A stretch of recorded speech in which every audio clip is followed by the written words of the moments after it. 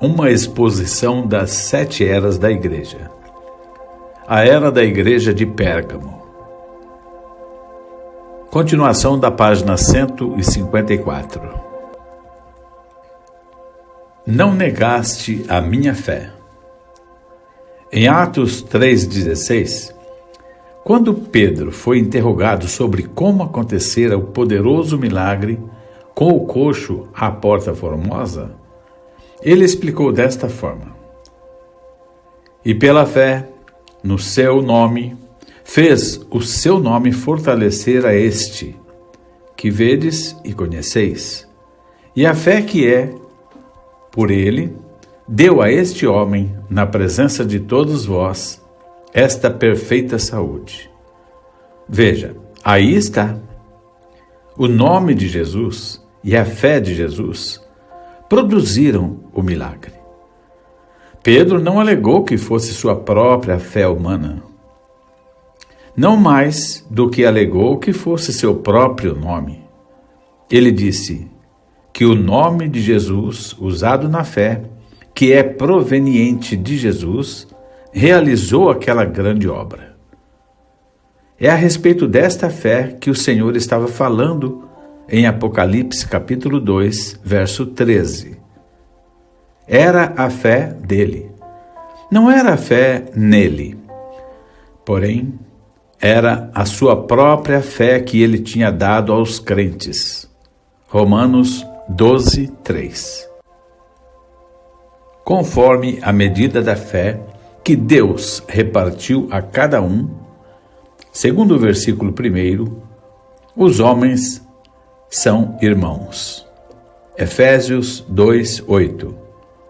Pela graça sois salvos, por meio da fé. E isto não vem de vós, é dom de Deus. E também diz em Tiago 2, 1. Meus irmãos, note que ele também está falando a irmãos.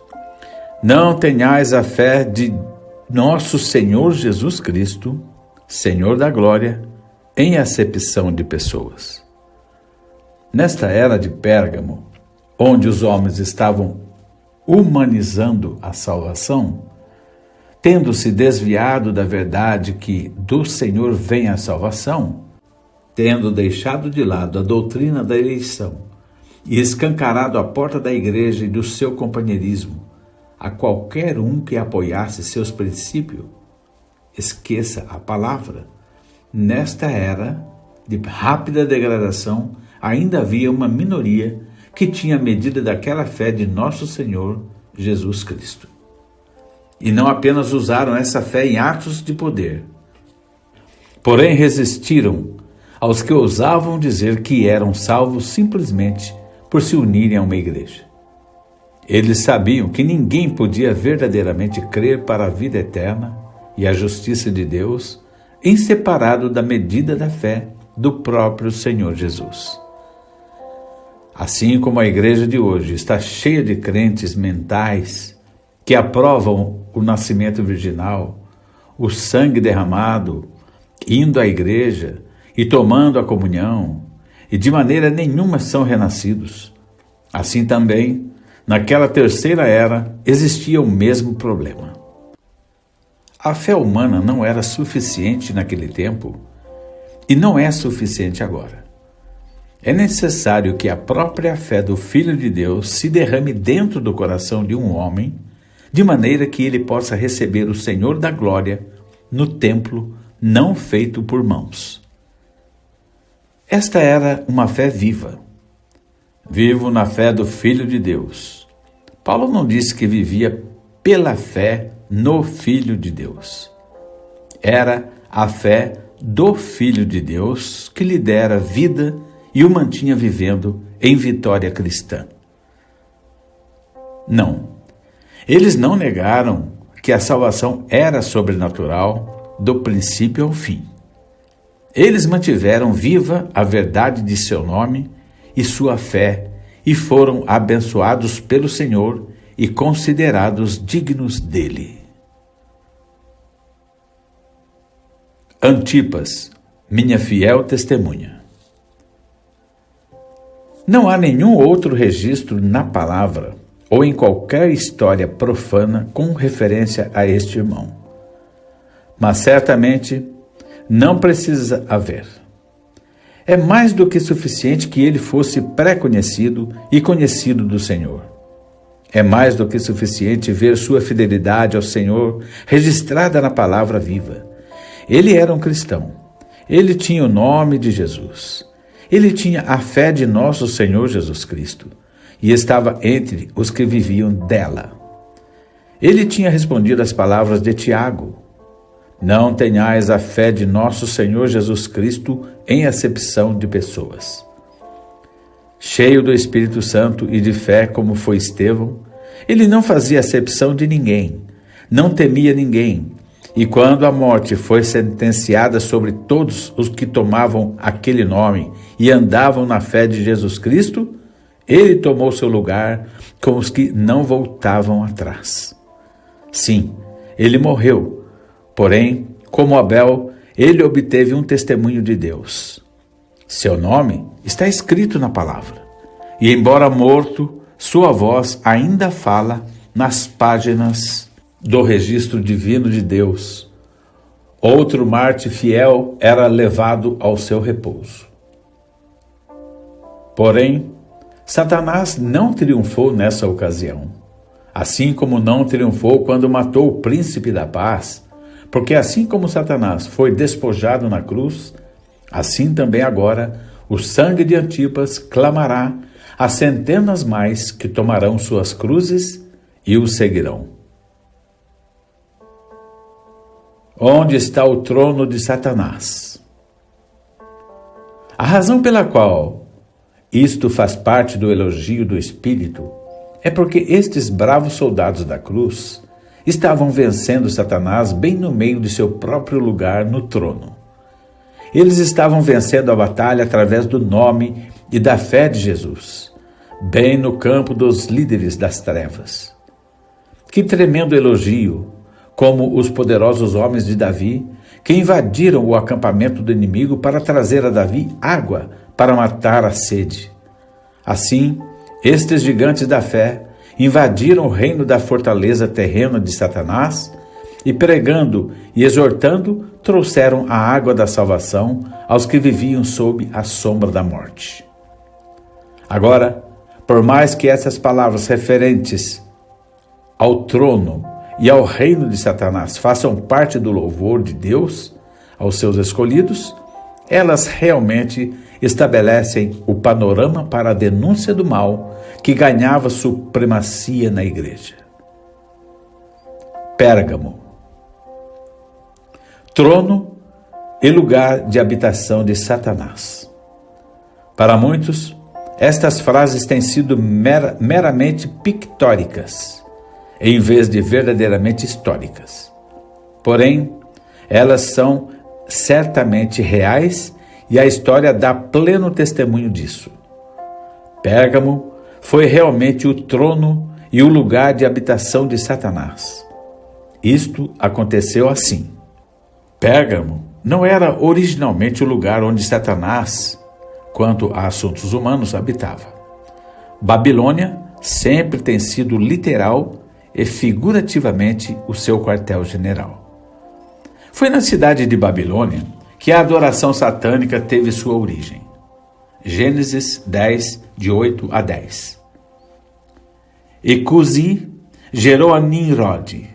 Este começou a ser poderoso na terra. E este foi poderoso caçador diante da face do Senhor.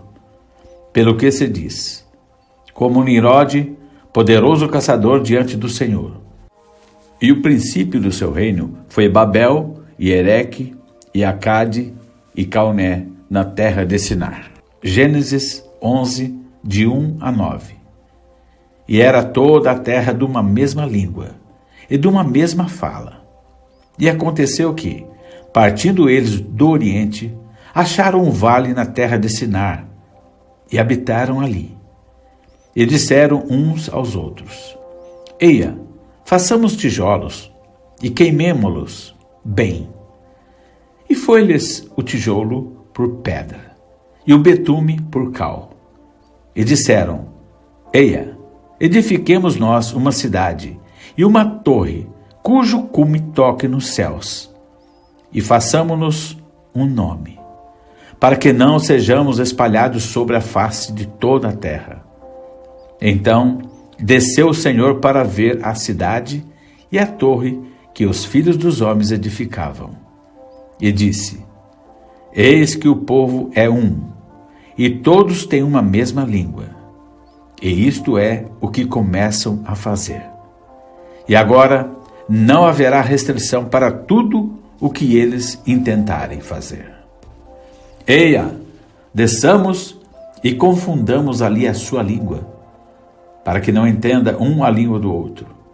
Assim o Senhor os espalhou dali sobre a face de toda a terra. E cessaram de edificar a cidade. Por isso se chamou o seu nome Babel, porquanto ali confundiu o Senhor a língua de toda a terra, e dali os espalhou o Senhor sobre a face de toda a terra. Babel é o nome original de Babilônia. Significa confusão. Ela foi literalmente começada por Cusi, o filho de Cão, mas tornou-se um reino de poder e grandeza sob seu filho Nimrod, o poderoso caçador. Nimrod, de acordo com o relato de Gênesis 11, e também de acordo com a história profana, dispôs-se a realizar 3 coisas. Ele queria edificar uma nação forte, o que ele fez. Ele queria propagar sua própria religião, o que ele fez. Ele queria fazer nome, o que ele também realizou. Suas realizações foram tão monumentais que o reino da Babilônia foi chamado a cabeça de ouro entre todos os governos mundiais. Que a sua religião ganhou proeminência está provado pelo fato da Escritura identificá-la completamente como Satanás em Isaías capítulo 14 e em Apocalipse capítulo 17 e 18. E pela história, podemos provar que ela invadiu todo o mundo e é a base de cada sistema de idolatria e o tema da mitologia, embora os nomes dos deuses difiram nas várias regiões da terra de acordo com a linguagem do povo. Nem é preciso dizer que ele fez nome para si mesmo e seus seguidores, porque enquanto esta presente era continuar, até que Jesus se revele aos seus irmãos, ele será adorado e honrado, ainda que sob um nome diferente de Nimrod, e num templo ligeiramente diferente daquele no qual ele era adorado originalmente.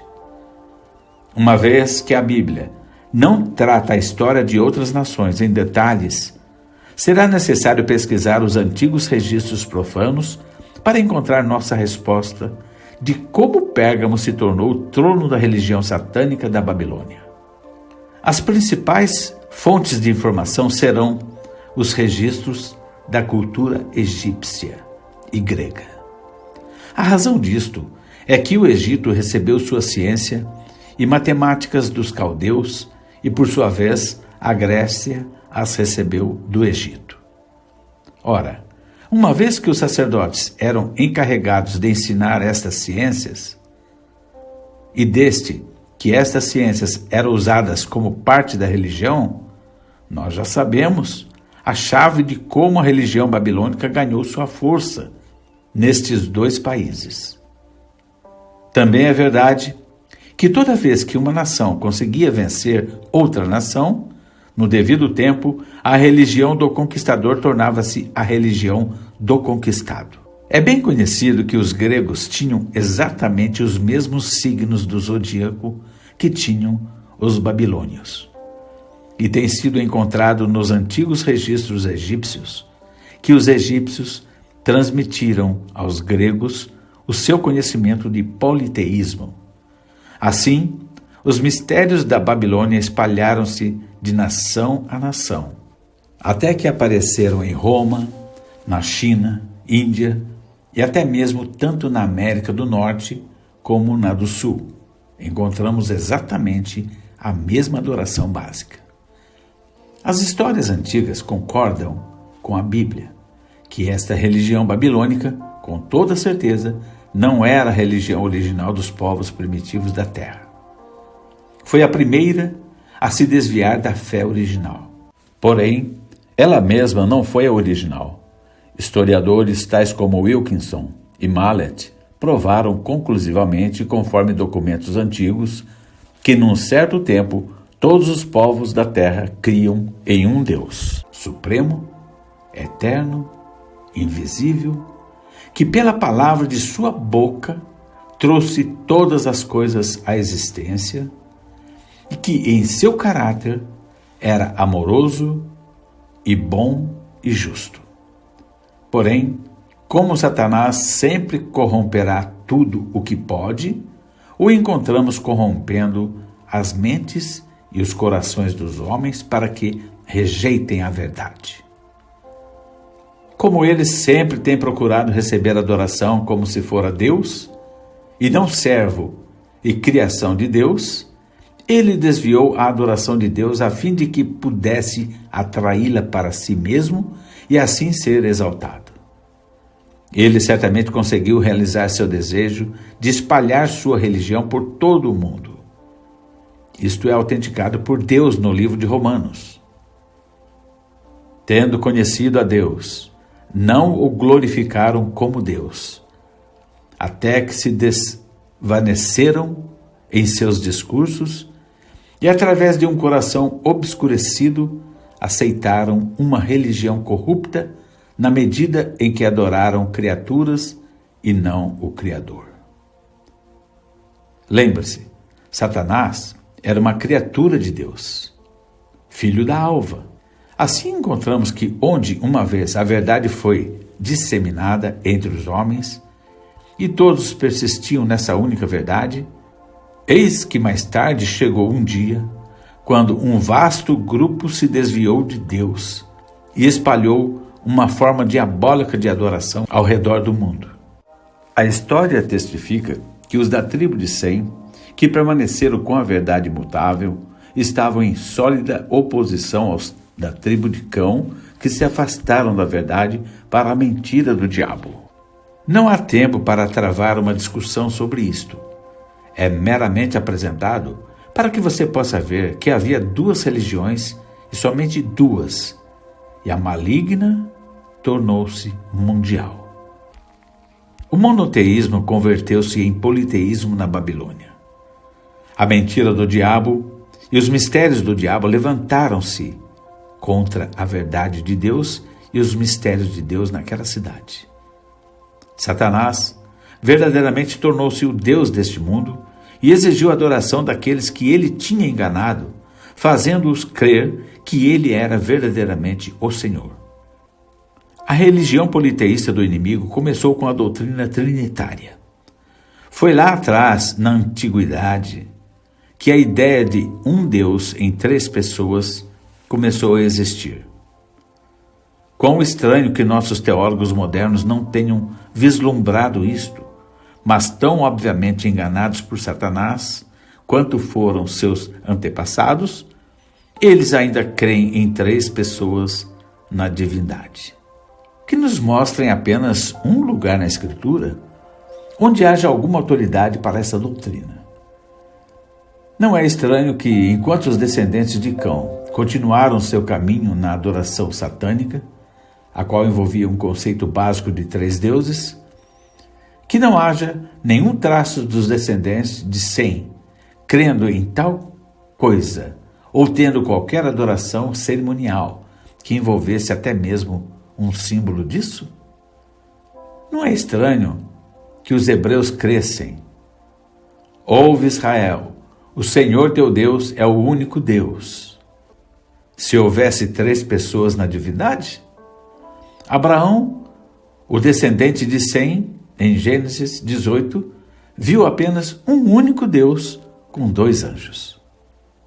Agora, como foi representada esta trindade? Foi representada por um triângulo equilátero, assim como é representada hoje em Roma. Estranho, os hebreus não tinham tal conceito. Agora, quem está certo? Os hebreus ou os babilônios? Na Ásia, a ideia politeísta de 3 deuses em um resultou numa imagem com 3 cabeças em um corpo. Ela é representada como 3 inteligências. Na Índia, eles sentiram-se inclinados a representá-la como um deus em 3 formas. Ora, essa é realmente uma boa teologia dos dias modernos. No Japão, há uma grande imagem de Buda com 3 cabeças como aquela que descrevemos previamente. Mas a mais reveladora de todas é a que apresenta o conceito trinitário de Deus numa forma trina de, primeiro, a cabeça de um velho simbolizando Deus Pai. Segundo, um círculo que nos mistérios significava semente, que por sua vez significa o Filho. Terceiro, as asas e a cauda de um pássaro, pomba. Aqui estava a doutrina do Pai, Filho e Espírito Santo. 3 pessoas na divindade. Uma autêntica trindade. Você pode ver a mesma coisa em Roma. Agora deixe-me perguntar novamente. Não é estranho que o diabo e os seus adoradores tivessem realmente mais verdade revelada do que o pai da fé, Abraão, e seus descendentes? Não é estranho que os adoradores de Satanás soubessem mais acerca de Deus do que os filhos de Deus? Ora, isso é o que os teólogos modernos procuram nos dizer quando falam acerca de uma trindade. Simplesmente recorde esta coisa só, de agora em diante. Estes registros são fatos, e isto é um fato. Satanás é mentiroso e pai da mentira. E quando ele vem com alguma luz, ainda assim é mentira. Ele é homicida, e sua doutrina da Trindade tem destruído multidões e destruirá até que Jesus venha. De acordo com a história, não demorou muito para ser feita uma mudança neste conceito de um Pai e um Filho e um Espírito Santo. Satanás levou-os um passo por vez para longe da verdade. O emergente conceito da deidade agora era, primeiro, o Pai eterno.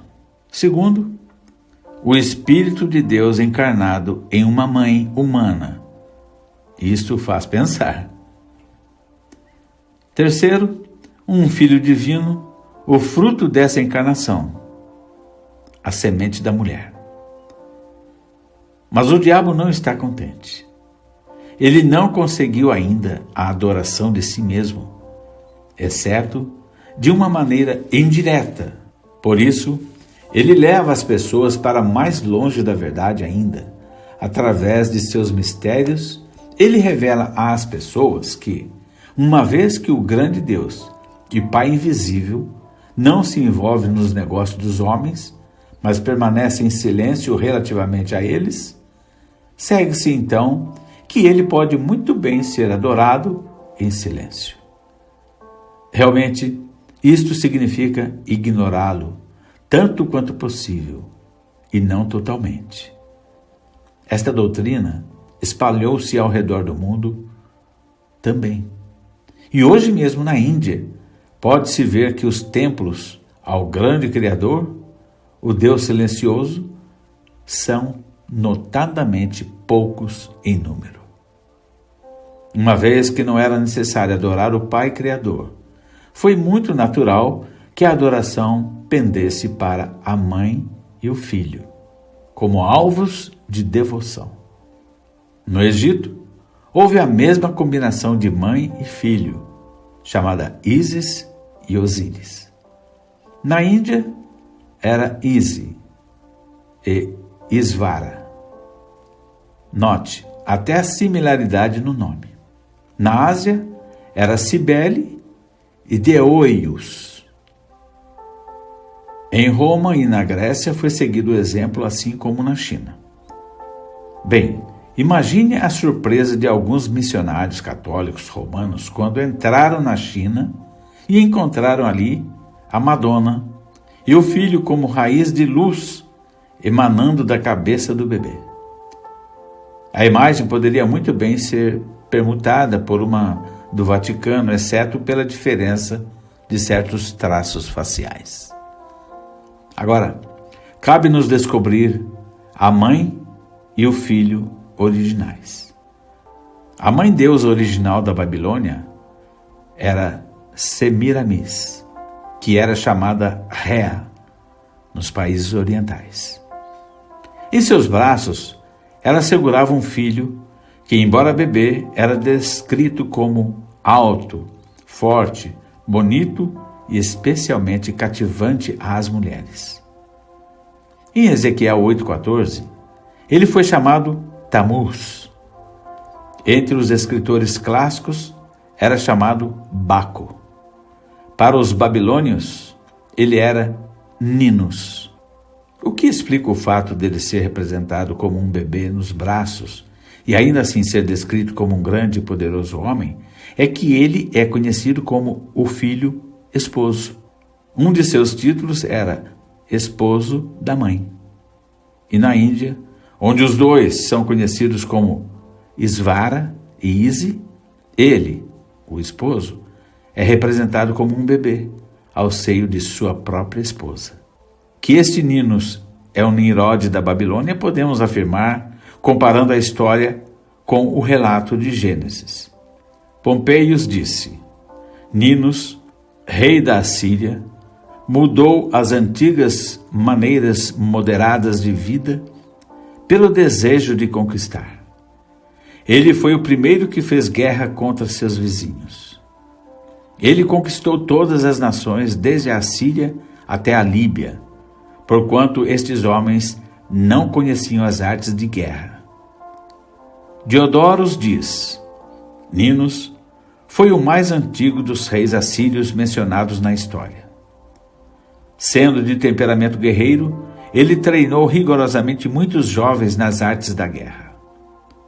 Ele sujeitou Babilônia quando ainda não havia a cidade de Babilônia.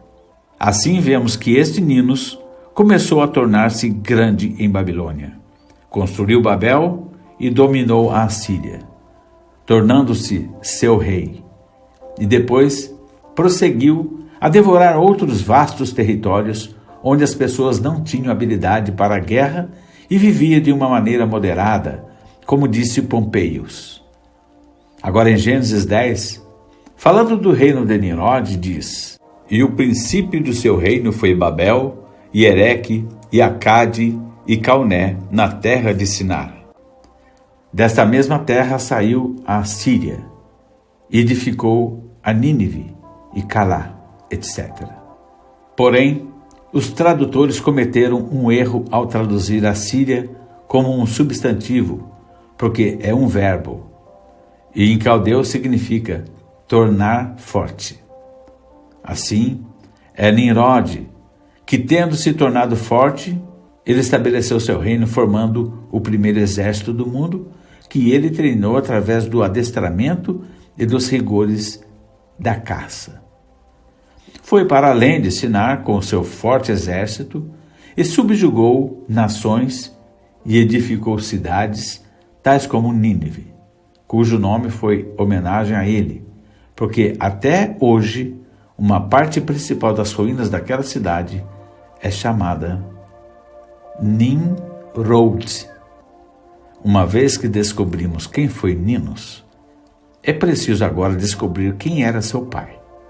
De acordo com a história, foi Bel, o fundador de Babilônia.